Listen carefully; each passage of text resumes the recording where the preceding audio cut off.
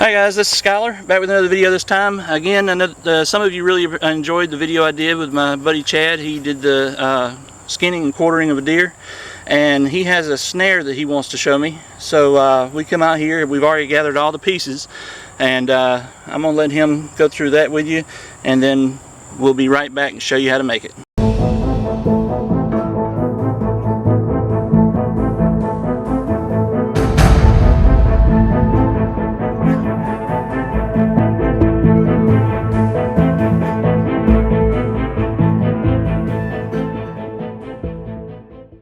Hey, I'm Chad. I'm a friend of Skylar's.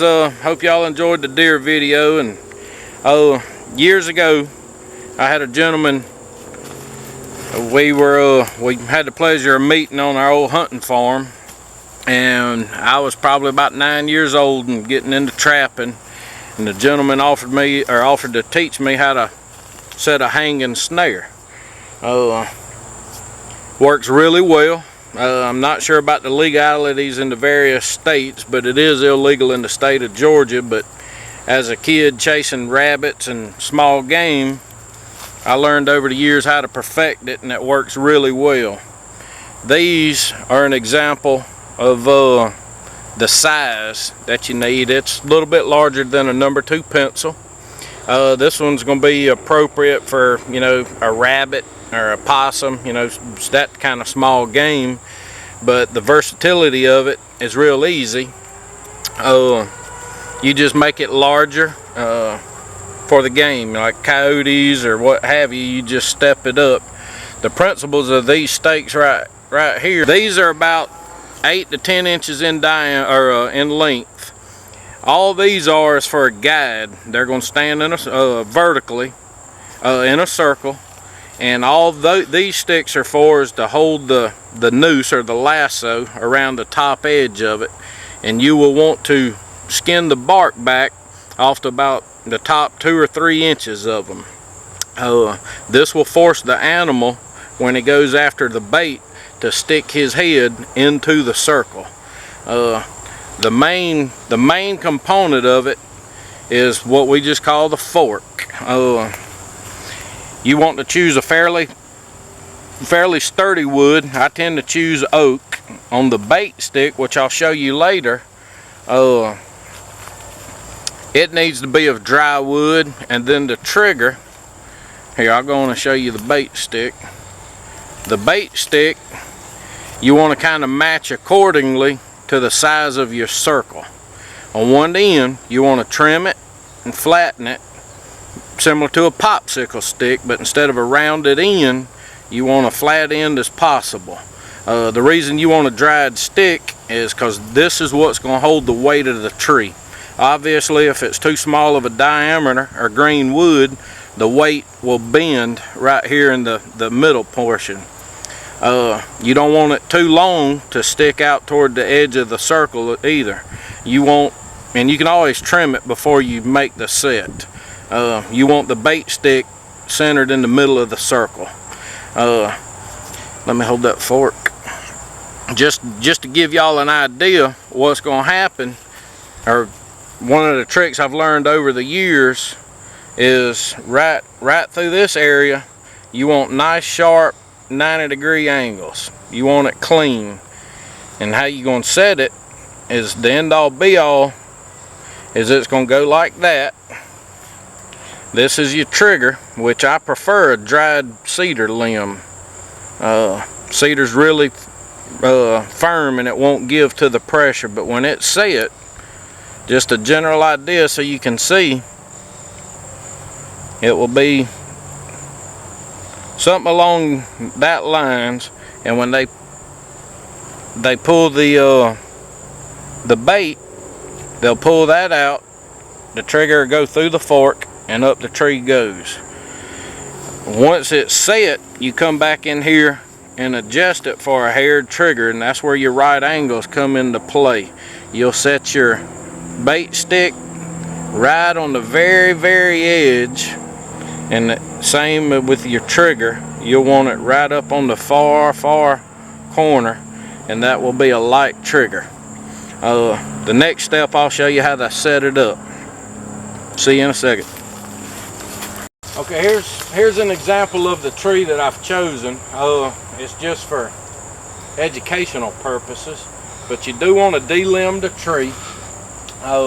If you are setting this for game, the taking of game, you want the tree to be strong enough for it to be humane. This tree will break their neck.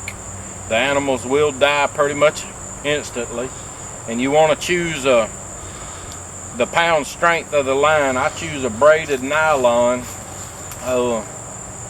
because if you're going after big game, you want the size match your twine to handle the pressure of snatching on a 50 or 60 pound animal, or else it'll just break the rope.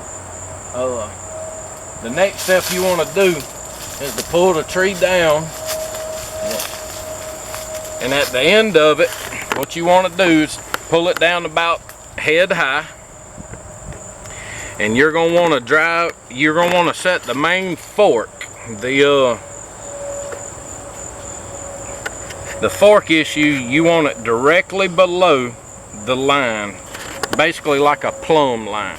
Okay, so basically just let your line hang vertical, and what you want to do, you want to set your fork just an inch or two outwards of the line. Basically, you'll want your line running on the back side of the fork.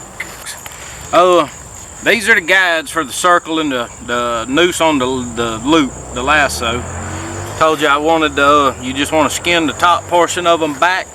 The only purpose really for that is you'll see it in a minute, to where the noose, once it's set, you'll slide the lasso up to the tip top of these stakes, and you just want it smooth to where there's no burrs or rough spots to really catch the string. You want that noose to come off pretty much at the same time, and that's what's going to throw it up around the animal's neck.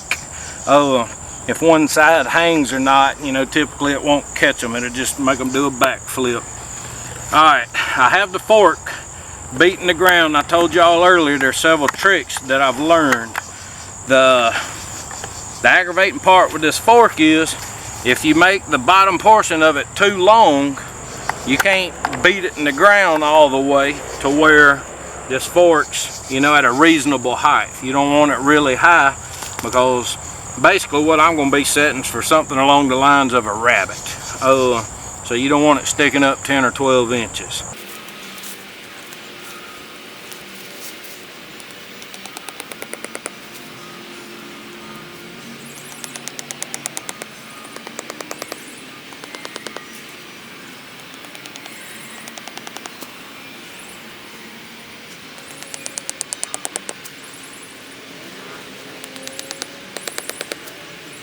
Alright, back to where I left off. A couple tricks on the fork is there's a fine line on, if you make it too long, you can't get the fork deep enough. If it's too short, it won't have the strength to hold the tree down. I do bring a hammer along with me. That's a great help. And for the ones that saw my deer cleaning videos, I don't leave home without them. That's after I beat the fork in the ground to where the top of it gets all wallered out. I just snap off the frayed ends. That way the line won't get hung up. So this is the basic principle. This is the circle. Just to give you another idea, the bait stick will come in right here. What we're going to do now is pull the tree down. We'll run the lasso around the circle, and what we're going to want to do, you'll want the knot of the lasso here on the rear side of the fork, and you'll want to bring the lead line that's going up toward the tree through the fork, and at that point you want to pinch the line, and that's where you'll want to tie your trigger on with. So I'll do that right now just to show y'all.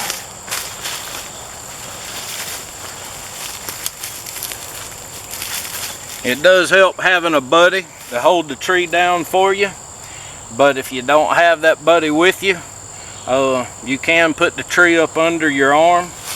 I have had a couple friends knocked in the mouth, so be careful of that. Alright, here's your test fit. Come on down with it a little more. Alright, right there. So what you want to do is, see, you can tighten up the lasso by pulling against, back pressure on the knot. You want to just get a rough estimate of where this will come through the forked stick at this point right here. So all I'm going to do is tie the trigger on at that point. Through the process of elimination, you will learn what size and rigidity that the trigger and the bait stick will need to be. So alright, that went smoothly enough. We're about to do a rough set on this just so y'all can see. Oh, and here's how it goes.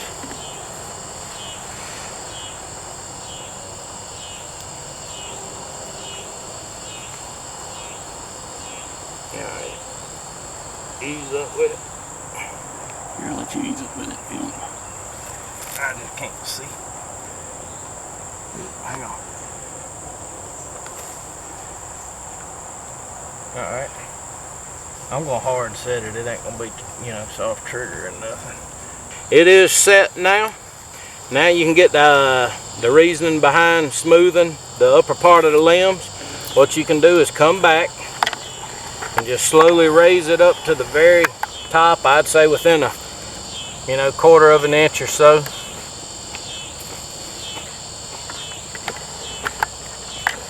And that's that. A hint, and I would take note of this, always work up under the lasso. That way if you have a false trip, it don't rope burn you, it don't make you say a few choice words. Here's what you want to do.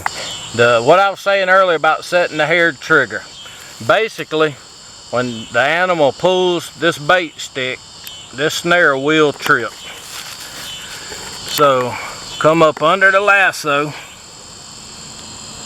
and very gently and slowly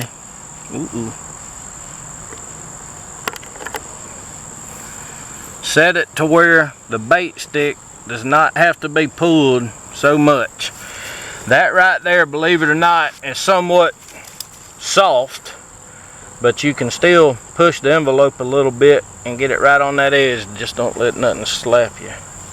Well, for video reasons, I'm not going to set it any of or more of a haired trigger for the sole fact of grabbing Skylar's camera. But that there, gentlemen, is a snare that I have played with and tinkered with over about 30 years, and it will work.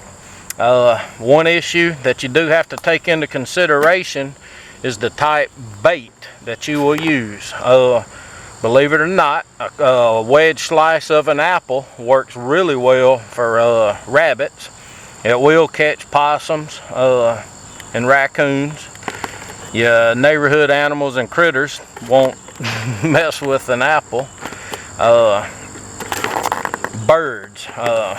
Birds work really well for a blind set. You can put the breast on the bait trigger and take the feathers and the remains of the bird and scatter them around for a visual set, which works really well for foxes. The downfall to this snare on animals such as coyotes is scent control, because you're doing so much dirt work. There's a considerable amount of scent on the ground. But basically when you're done, you got the bait on the bait set, you just come back in, and can brush it in, conceal it. And for animals that are not scent conscious, it's not really necessary.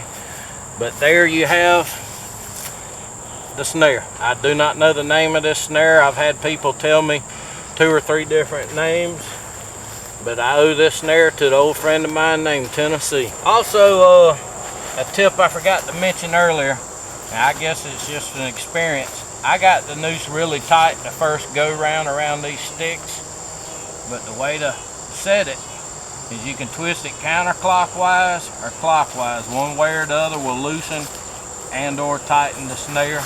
I'm physically not going to do it for the fact of tripping it. The next step, we are going to show you a live trip. Okay, I mentioned earlier as well how you want to put the fork out in front of the line just a little bit. The reason behind that that is when the noose comes off of this string, it will catch on the back of this fork just a little bit, which will kind of delay it, but it will also throw the lead of the noose up when it comes off of it, which will, you know, tend to carry it over the animal's head. That's just, I had a bunch of false sets, you know, no animals and stuff, and that's just something that I've learned as well. I don't know how this is going to work. I'm going to try to use this hammer to trip it just to show you how effective it is. Also, for those that can't see the trap, and it's not really brushed in that well, but there's your reference. That trap is right beside the hammer. Another note is the type of tree. A lot of trees will not hold the elasticity or the rigidity. It would be wise to research or figure out which tree will retain its strength. If y'all are going to play with these snares, please take that into consideration just to eliminate suffering. Here we go.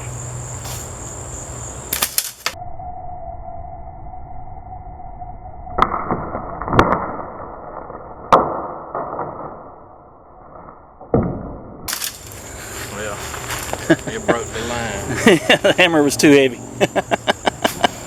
I had too firm of a grip on the hammer, and that was a perfect example of the braided nylon not being strong enough. But as you can see, it's caught. Well guys, you can see it did catch the hammer without any problem. It was just wasn't strong enough to hold it with him holding on to the hammer at the same time. But it did work, and it worked pretty fast. I thought that was kind of quick. Anyway, that's pretty much it, guys. I'm pretty impressed with it, and I'm going to try and play with it a little bit at the house. I'm going to try and make some of my own. But anyway, as always, thanks for watching. I'll be back with another video real soon. Thanks, Chad.